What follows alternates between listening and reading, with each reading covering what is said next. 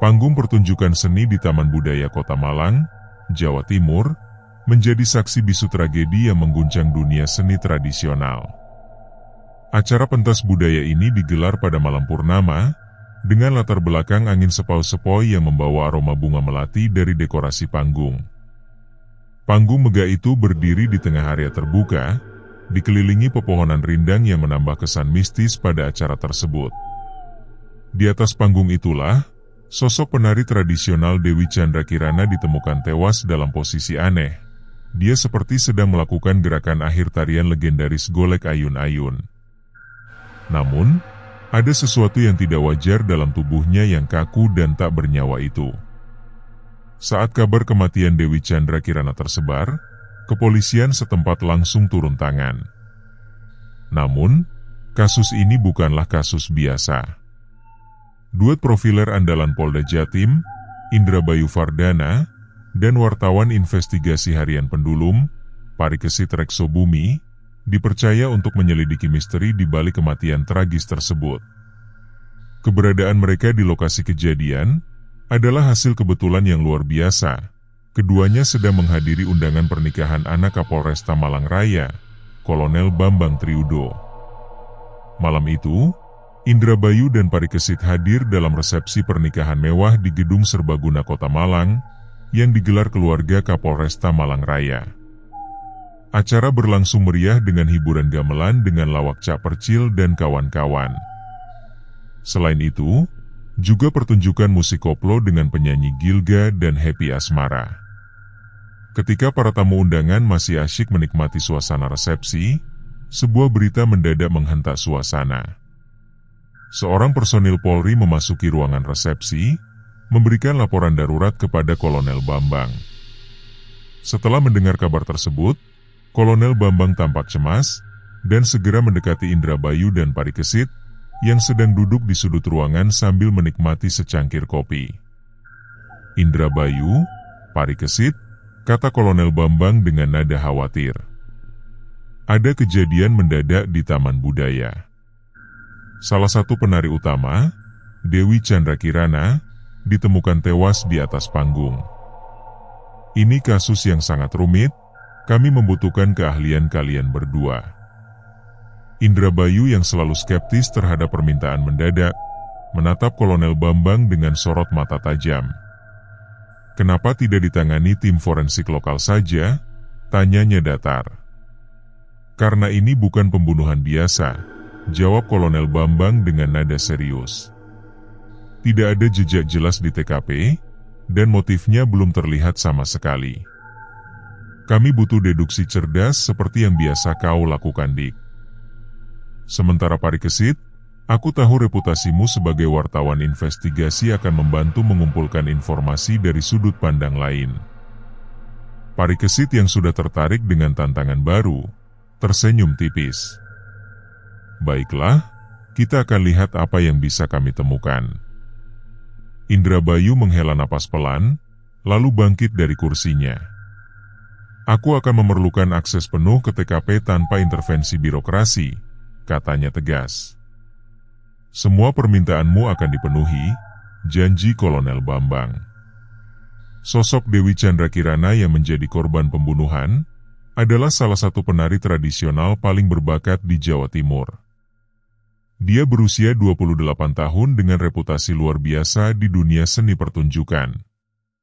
Lahir dari keluarga seniman ternama, dia dibesarkan dalam lingkungan yang sangat menghargai warisan budaya.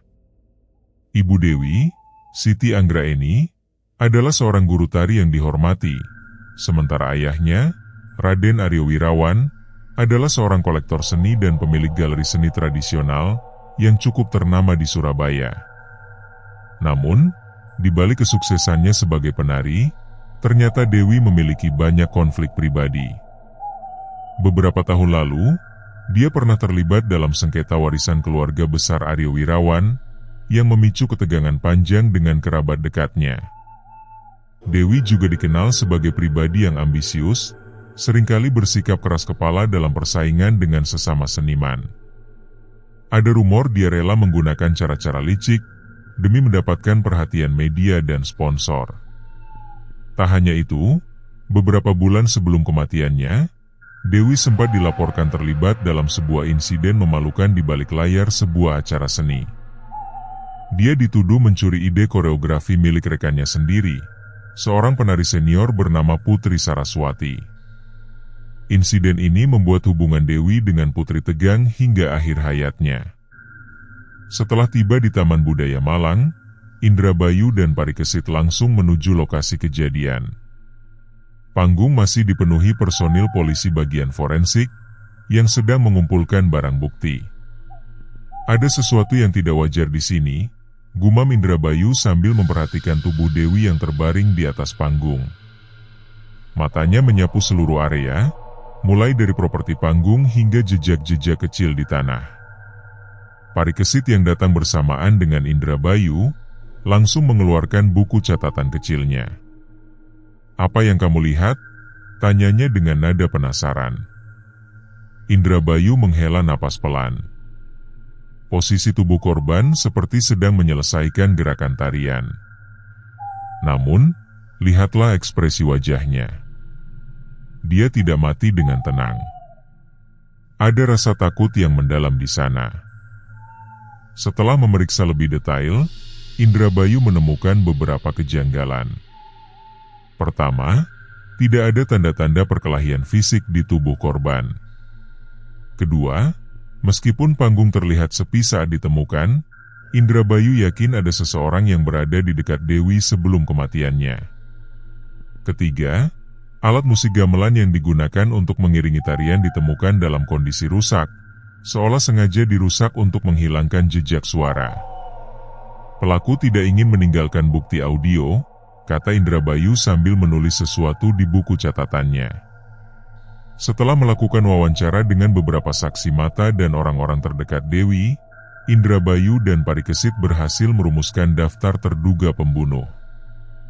Para tersangka pembunuhan itu antara lain: pertama, Putri Saraswati dengan status penari senior, usia 35 tahun, memiliki catatan permusuhan bebuyutan. Motifnya diduga balas dendam atas pencurian ide koreografi. Kedua, Raden Aryo Wirawan dengan status ayah korban, usia 60 tahun, motifnya diduga perselisihan soal warisan keluarga. Ketiga, Nyonya Siti Anggraeni, dengan status ibu korban, usia 55 tahun, motifnya diduga akibat kecewa dengan sikap Dewi yang semakin ambisius. Keempat, Wira Pratama dengan status manajer seni, usia 40 tahun, motifnya diduga konflik finansial terkait pengelolaan dana acara.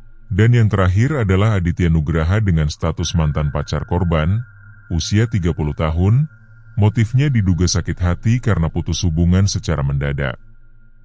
Indrabayu memutuskan fokus pada dua hal utama, motif pembunuhan dan cara pelaku melaksanakan aksinya. Dengan kemampuan deduksi kilatnya, ia mulai menghubungkan titik-titik kecil yang terabaikan penyelidik lain. "Perhatikan ini," katanya kepada Parikesit sambil menunjuk bekas abu rokok di dekat properti panggung. "Pelaku adalah perokok aktif. Dan, dia pasti tinggal di dekat sini, karena abu ini masih segar." Selain itu, Indrabayu juga menemukan jejak sepatu yang tidak cocok dengan ukuran kaki Dewi. Sepatu ini milik pria dewasa, ukuran 42. Pelaku adalah pria. Parikesit mencatat semua informasi tersebut. "Jadi, kita bisa mempersempit daftar tersangka?" Indrabayu mengangguk. "Ya. Untuk sementara, kita fokus pada Wira Pratama dan Aditya Nugraha. Mereka berdua memiliki motif kuat dan sesuai dengan profil fisik pelaku." Saat Indrabayu sedang memainkan harmonika tua peninggalan ayahnya, ia tiba-tiba teringat sesuatu. "Ingat kasus perebutan hak cipta koreografi yang melibatkan Dewi dan Putri? Aku pikir itu bukan sekadar insiden kecil.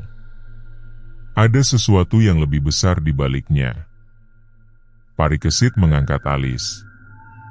"Apa maksudmu?" "Warisan budaya," jawab Indrabayu sambil meletakkan harmonikanya.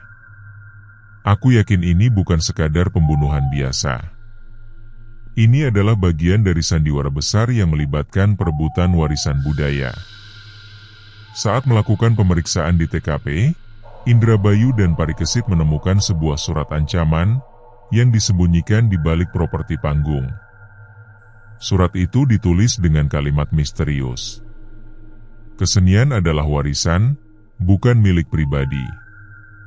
Kau telah melanggar aturan leluhur. Siapa yang menulis surat itu? Apakah ini benar-benar terkait dengan perebutan warisan budaya? Atau ada rahasia kelam lain yang belum terungkap? Halo para sahabat album misteri. Sebelum kami lanjutkan cerita bertema horor detektif ini, mohon berikan subscribe dan like, serta menyebarkan video ini untuk memotivasi kami membuat cerita video yang lebih mencekam, mistis, dan lebih misteri alur kisahnya. Dan, selamat menonton video yang misteri ini.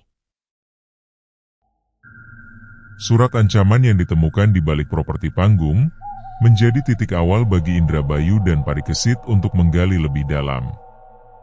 Kalimat misterius dalam surat itu, kesenian adalah warisan, bukan milik pribadi.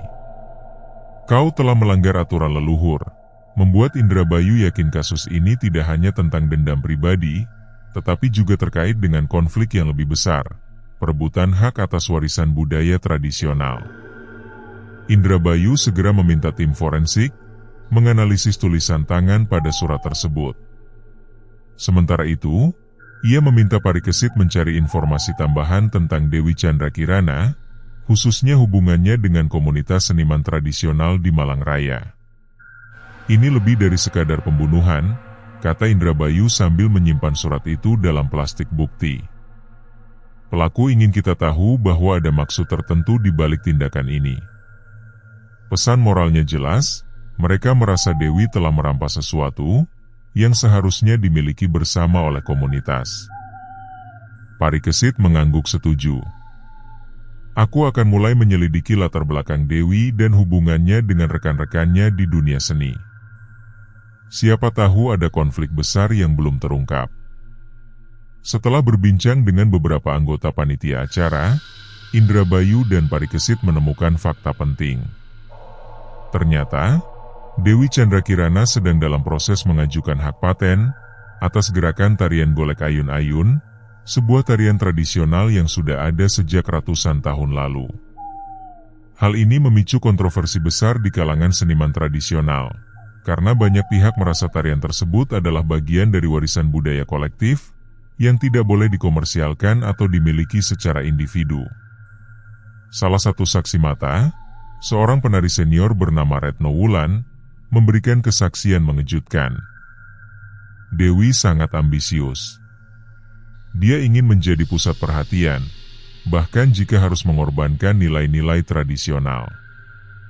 Beberapa bulan lalu, dia sempat berdebat hebat dengan Putri Saraswati soal hak cipta tarian. Putri sangat marah dan mengancam akan memboikot semua acara yang melibatkan Dewi. Parikesit segera mencatat informasi ini. Jadi, Putri Saraswati memiliki motif kuat untuk membunuh Dewi? Indrabayu menggeleng pelan. Belum tentu. Motif saja tidak cukup. Kita butuh bukti fisik dan pola perilaku pelaku. Pada hari berikutnya, Indrabayu dan Parikesit mengunjungi kediaman Putri Saraswati, seorang penari senior yang dikenal sebagai guru tari, di salah satu sanggar seni ternama Rekso Budoyo Malang. Putri tampak tenang, namun tegang saat menjawab pertanyaan mereka. Saya akui, saya pernah berdebat dengan Dewi soal hak cipta tarian. Tapi saya tidak membunuhnya, ujar Putri dengan nada tegas. Saya hanya ingin melindungi nilai-nilai tradisional yang sudah diwariskan leluhur kita. Dewi terlalu egois. Dia pikir mampu mengubah segalanya demi popularitas. Indrabayu mengamati ekspresi wajah Putri dengan cermat. Wanita itu tampak benar-benar emosional saat membahas konflik dengan Dewi. Namun, ada sesuatu yang membuat Indrabayu curiga. Apakah Anda berada di lokasi acara malam itu? Tanya Indrabayu. Putri mengangguk. Ya, saya hadir sebagai tamu undangan. Tapi saya meninggalkan acara lebih awal, karena merasa tidak enak badan. Indrabayu kemudian meminta izin, melihat catatan medis Putri sebagai bukti alibi. Setelah mendapatkan salinan dokumen tersebut, ia memperhatikan Putri memang berkonsultasi dengan dokter pada malam kejadian. Namun, waktu konsultasi tersebut tidak sepenuhnya bertepatan dengan waktu kematian Dewi. Alibi ini masih belum sempurna, gumam Indrabayu kepada Parikesit setelah keluar dari rumah Putri. Selain Putri Saraswati, Indrabayu dan Parikesit juga menelusuri jejak Wira Pratama, manajer seni yang bertanggung jawab atas acara tersebut. Saat diinterogasi, Wira tampak gelisah dan seringkali menghindari kontak mata. Saya tidak tahu apa-apa tentang kematian Dewi, kata Wira dengan suara gemetar. Saya hanya bekerja sebagai koordinator acara. Semua urusan teknis sudah saya delegasikan kepada tim. Namun, Indrabayu memperhatikan sesuatu yang aneh. Di saku jaket Wira, ia melihat ujung selembar kertas yang mirip dengan surat ancaman yang ditemukan di TKP. Ketika Indrabayu meminta izin memeriksa kantong jaket Wira, pria itu langsung panik. Apa yang Anda coba sembunyikan? Tanya Indrabayu dengan nada dingin. Akhirnya, Wira mengeluarkan selembar kertas yang ternyata adalah salinan surat ancaman yang sama dengan yang ditemukan di TKP. Namun, ada perbedaan kecil. Di pojok kanan bawah surat itu, terdapat inisial WP. Kenapa Anda menyimpan ini? Tanya Indrabayu. Wira terdiam sejenak sebelum akhirnya mengakui bahwa ia menerima surat itu beberapa hari sebelum kejadian. Saya tidak tahu siapa yang mengirimnya. Saya hanya takut jika hal ini akan mempengaruhi acara yang saya kelola. Jadi, saya menyimpannya sendiri tanpa memberitahu siapapun. Indrabayu menyimpan surat itu sebagai barang bukti tambahan. Kita perlu memeriksa hubungan Wira dengan Dewi lebih dalam, katanya kepada Parikesit. Kembali ke TKP, Indrabayu memeriksa gamelan yang rusak lebih detail. Ia menemukan bekas goresan logam di salah satu instrumen yang tampak seperti hasil dari serangan pisau. Selain itu, di dekat gamelan, ia menemukan sehelai benang sutra berwarna merah yang tidak cocok dengan kostum Dewi. Benang ini berasal dari pakaian tradisional jenis tertentu, kata Indrabayu sambil memperlihatkan benang itu kepada Parikesit. Kostum ini biasanya digunakan penari senior atau pemimpin sanggar seni. Parikesit langsung tersadar. Kalau begitu, ini bisa mengarah pada Putri Saraswati. Indrabayu mengangguk pelan. Atau mungkin ada orang lain yang menggunakan kostum serupa untuk menyamar. Seiring dengan bertambahnya petunjuk, Indrabayu mulai menyusun profil pelaku berdasarkan pola perilaku dan jejak fisik yang ditemukan. Namun, ada satu hal yang mengganggu pikirannya. Pesan moral dalam surat ancaman itu terlalu filosofis untuk dilakukan seseorang yang hanya memiliki dendam pribadi. Ini adalah permainan psikologis, gumam Indrabayu sambil memainkan harmonika tua peninggalan ayahnya. Pelaku ingin kita terjebak dalam labirin konflik pribadi, sementara tujuan utamanya masih tersembunyi. Parikesit menatap Indrabayu dengan penasaran. Apa yang kamu maksud? Indrabayu meletakkan harmonikanya dan menatap Parikesit dengan sorot mata tajam. Pelaku tidak hanya ingin membunuh Dewi. Mereka ingin menghancurkan reputasi Dewi, menghukumnya atas pelanggaran terhadap nilai-nilai tradisional, dan sekaligus mengirim pesan kepada dunia seni tradisional. Jadi, ini adalah pembunuhan simbolis? Tanya Parikesit. Indrabayu mengangguk. Dan aku yakin, ada lebih dari satu pelaku yang terlibat dalam sandiwara ini. Indrabayu dan Parikesit semakin mendekati inti misteri. Namun, semakin dalam mereka menyelidiki, semakin jelas bahwa kasus ini bukanlah hasil dari satu tangan saja. Ada indikasi kuat kematian Dewi Chandra Kirana direncanakan secara matang lebih dari satu orang dengan tujuan melampaui sekadar pembunuhan pribadi. Kita menghadapi sebuah persekongkolan, kata Indrabayu sambil memandangi peta TKP yang ia gambar ulang di buku catatannya. Pelaku utama mungkin memiliki rencana besar, tetapi ada pihak lain yang membantu tanpa sadar atau bahkan secara sukarela. Parikesit menatapnya dengan heran. Apa maksudmu? Apakah kamu mencurigai beberapa orang bekerja sama untuk menyingkirkan Dewi? Indrabayu mengangguk pelan. Ya. Motif mereka berbeda-beda, tapi tujuan akhirnya sama, menghancurkan Dewi dan reputasinya. Pesan moral dalam surat ancaman itu hanyalah kedok untuk menyamarkan niat sebenarnya. Dengan menggunakan keahlian forensik psikologisnya, Indrabayu mulai menyusun profil pelaku utama. Berdasarkan jejak fisik dan pola perilaku yang ditemukan, ia menyimpulkan beberapa hal penting. Pertama, pelaku adalah seseorang yang sangat mengenal dunia seni tradisional. Ini terlihat dari pemilihan waktu pembunuhan, yaitu saat pertunjukan berlangsung, dan penggunaan simbolisme budaya dalam pesan ancaman.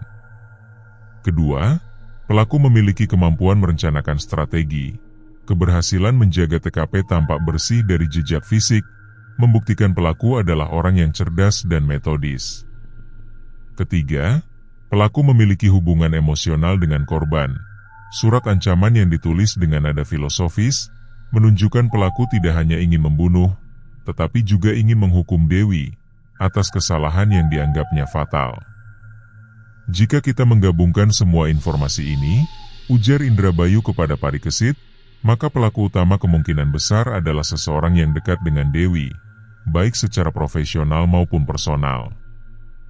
Untuk memperdalam investigasi, Indrabayu dan Parikesit memutuskan mengunjungi Ibu Dewi, Siti Anggraeni. Sebagai guru tari senior dan figur yang sangat dihormati di komunitas seni tradisional, Nyonya Siti dianggap sebagai salah satu kunci untuk memahami latar belakang konflik Dewi dengan rekan-rekannya. Sesampai di rumah Dewi, Nyonya Siti menyambut mereka dengan sikap tenang namun murung. Di ruang tamu rumahnya yang dipenuhi ornamen seni tradisional, wanita parubaya itu mulai berbicara tentang putrinya. Dewi adalah anak yang berbakat, tapi dia seringkali terlalu ambisius, kata Nyonya Siti dengan nada sedih. Dia ingin menjadi pusat perhatian di setiap acara, bahkan jika harus mengorbankan orang lain. Itu membuatnya banyak musuh. Indrabayu menyimak dengan cermat. Apakah Anda tahu siapa saja yang memiliki dendam terhadap Dewi? Nyonya Siti menghela napas panjang. Ada beberapa orang, terutama Putri Saraswati. Mereka sering berdebat soal hak cipta tarian. Tapi ada juga Wirapratama, manajer seni yang selalu merasa Dewi terlalu keras kepala dalam urusan finansial. Ketika ditanya apakah ia sendiri memiliki masalah dengan Dewi, Nyonya Siti terdiam sejenak. Saya sering merasa kecewa, karena Dewi tidak menghargai nilai-nilai tradisional seperti yang saya ajarkan padanya. Tapi saya tidak akan pernah menyakitinya.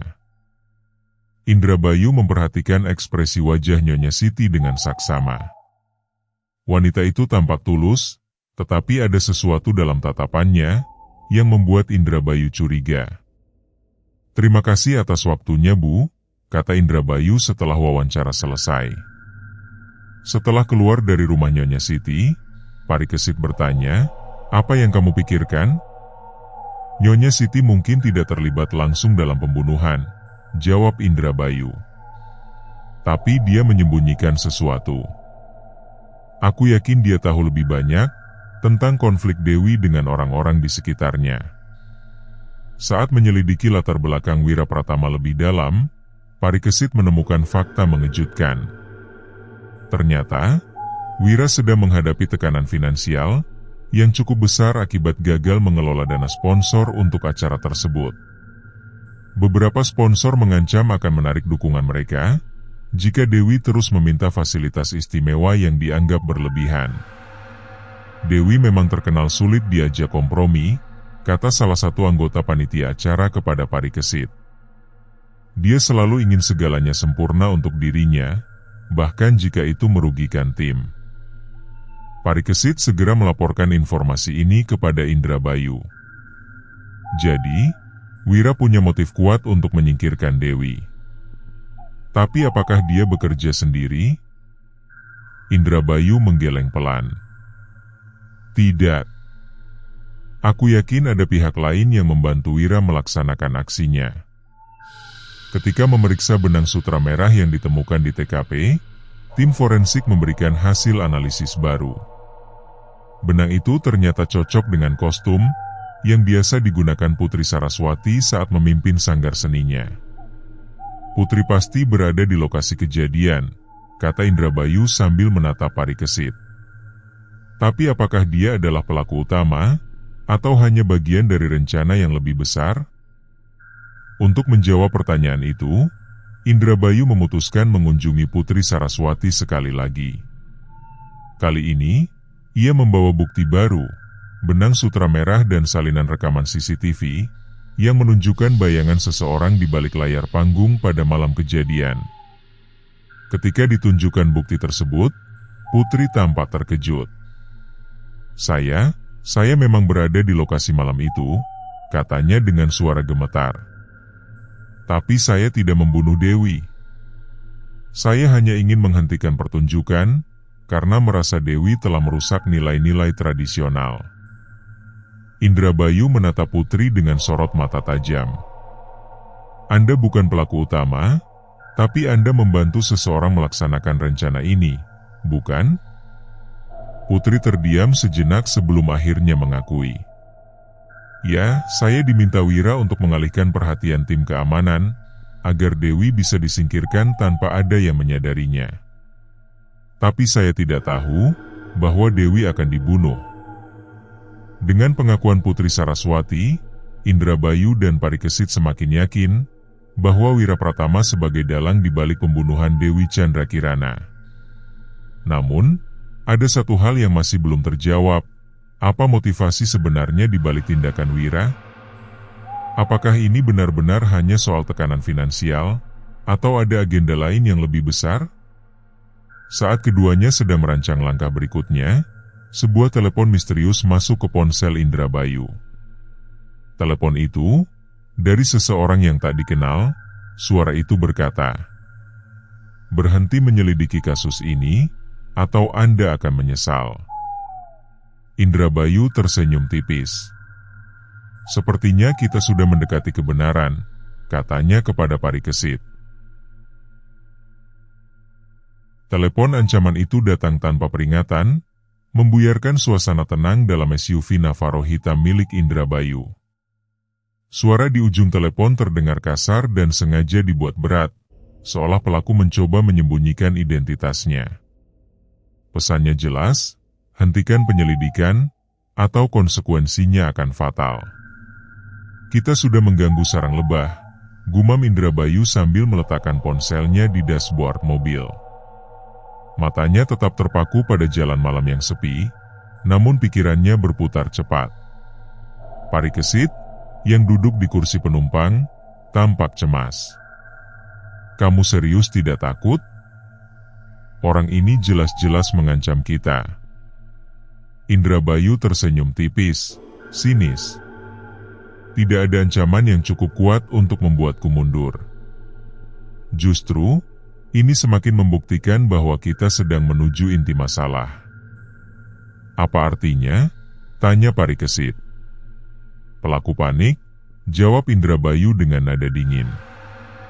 "Mereka tahu kita sudah dekat dengan kebenaran.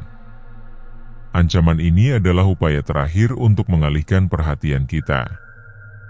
Namun, meskipun Indrabayu tampak tenang di luar, ia menyadari situasi ini bisa menjadi lebih berbahaya dari yang terlihat.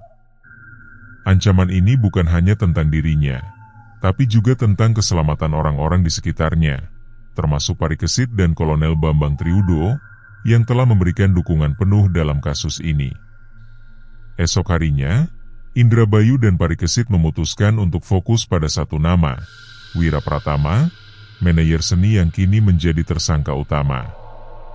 Mereka mulai menyelidiki hubungan Wira dengan para sponsor acara, mencari tahu apakah ada konflik finansial atau politik yang mendorongnya bertindak ekstrim. Di salah satu kantor sponsor utama acara, mereka bertemu dengan seorang eksekutif bernama Rudi Hartono. Pria parubaya itu tampak cemas saat ditanyai tentang hubungannya dengan Wira. Wira memang sulit diajak bekerja sama, kata Rudi setelah beberapa kali ragu menjawab pertanyaan. Dia selalu menuntut anggaran tambahan untuk Dewi Chandra Kirana, padahal kami sudah memberikan batasan yang jelas. Kami bahkan sempat mengancam akan menarik dukungan jika permintaannya tidak dikendalikan. Indrabayu menyimak dengan cermat. Jadi, Anda memiliki masalah besar dengan Wira karena Dewi? Rudi mengangguk. Ya.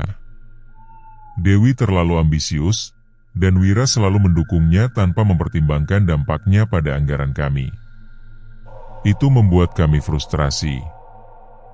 Parikesit mencatat informasi tersebut. Apakah Anda tahu siapa yang paling dirugikan oleh sikap Wira dan Dewi? Rudi terdiam sejenak sebelum akhirnya menjawab, ada satu sponsor lain, Pak Agus Santoso, yang sangat marah karena permintaan Dewi. Dia bahkan mengancam akan melaporkan Wira ke polisi dengan tuduhan penyalahgunaan dana. Nama baru ini langsung menarik perhatian Indrabayu. Siapa Agus Santoso? Setelah mendapatkan alamat Agus Santoso, Indrabayu dan Parikesit segera mengunjungi rumah pria itu. Agus adalah seorang pengusaha sukses yang dikenal sebagai salah satu donatur utama acara seni tradisional di Malang Raya. Namun, ketika bertemu dengannya, Indrabayu segera merasakan ketegangan di udara. Agus tampak marah ketika ditanyai tentang hubungannya dengan Wira Pratama dan Dewi Chandra Kirana. Saya sudah muak dengan kelakuan mereka, katanya dengan nada tinggi. Wira selalu mengabaikan aturan kami soal penggunaan dana. Dan Dewi? Dia seperti ratu yang minta dilayani segala keinginannya. Saya sudah memberi ultimatum kepada Wira, tapi dia tetap saja melawan. Indrabayu mengamati gerakan tubuh Agus dengan cermat. Pria itu tampak gelisah, seringkali menghindari kontak mata, dan memainkan cincin di jarinya. Apakah Anda menghadiri acara malam itu? Tanya Indrabayu. Agus menggeleng cepat.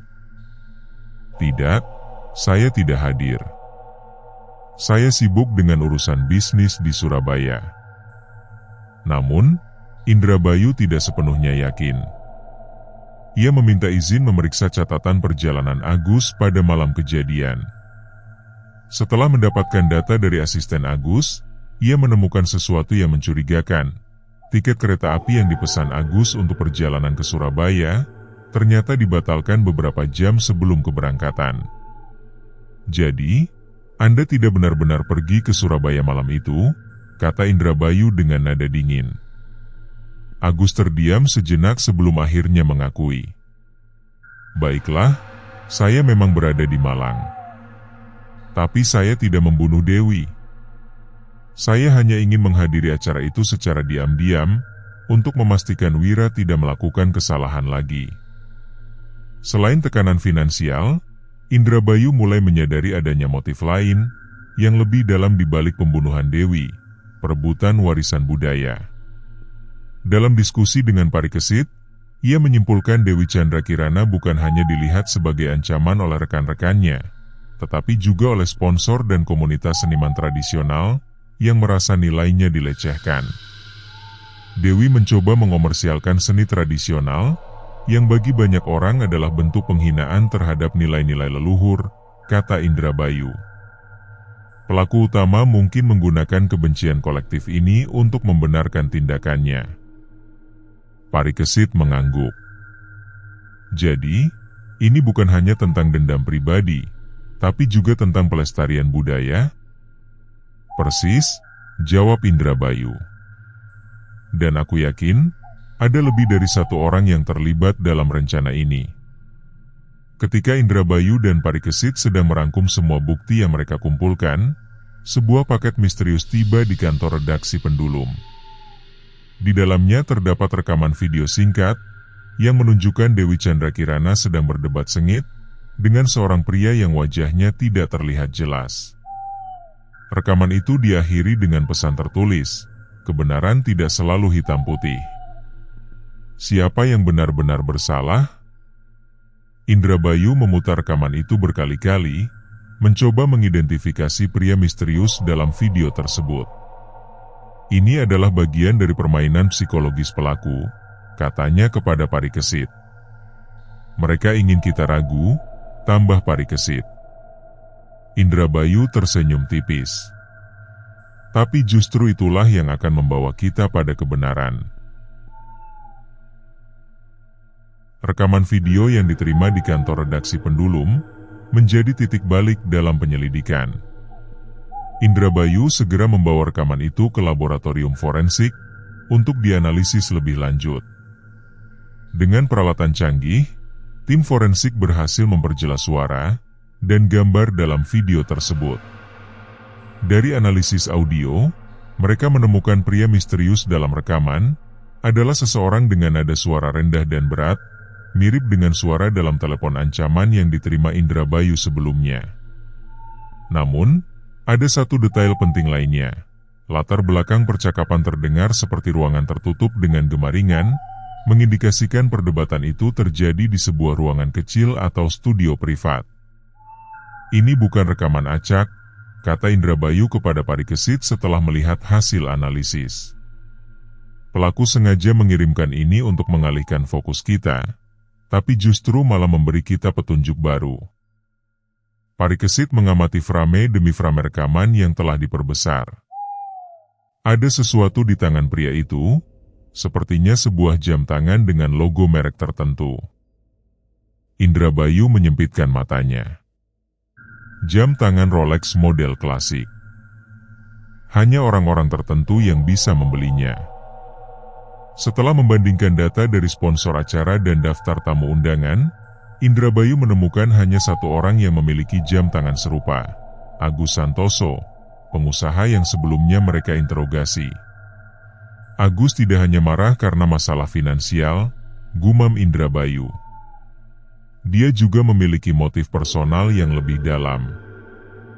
Indrabayu dan Parikesit segera mengunjungi Agus Santoso untuk kedua kalinya. Kali ini, mereka membawa bukti kuat, rekaman video yang menunjukkan dirinya sedang berdebat dengan Dewi Chandra Kirana. Saat ditanyai tentang rekaman tersebut, Agus tampak panik. Itu bukan saya, katanya dengan suara gemetar. Jangan berbohong lagi, kata Indrabayu dingin. Kami sudah memeriksa detail rekaman itu. Jam tangan Anda identik dengan yang dikenakan oleh pria dalam video. Akhirnya, setelah beberapa saat terdiam, Agus mengakui ia memang berada di lokasi kejadian malam itu. Saya bertemu Dewi di balik panggung untuk membicarakan masalah anggaran. Dia bersikeras semua permintaannya harus dipenuhi, bahkan jika itu merugikan sponsor lain. Saya marah dan kami berdebat hebat. Apakah Anda membunuhnya? Tanya Indrabayu tajam. Agus menggeleng cepat. Tidak. Saya meninggalkan Dewi setelah berdebat, dan saya tidak tahu apa yang terjadi selanjutnya. Namun, Indrabayu tidak sepenuhnya percaya. Ia meminta izin memeriksa mobil Agus yang digunakan pada malam kejadian. Setelah pemeriksaan mendetail, tim forensik menemukan jejak darah di bagian bawah pintu mobil. DNA darah tersebut cocok dengan sampel yang diambil dari tubuh Dewi Chandra Kirana. Ini cukup untuk membuktikan bahwa Anda berada di dekat korban saat pembunuhan terjadi, kata Indrabayu kepada Agus. Agus akhirnya runtuh. Baiklah, saya mengakui semuanya. Tapi saya tidak bekerja sendiri.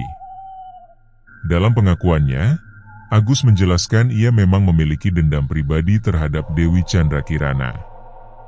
Namun, ia tidak berniat membunuhnya. Ketika berdebat dengan Dewi malam itu, ia secara tidak sengaja bertemu dengan Wira Pratama, manajer seni yang juga marah besar terhadap Dewi. Wira yang pertama kali mengusulkan untuk menghentikan Dewi, kata Agus.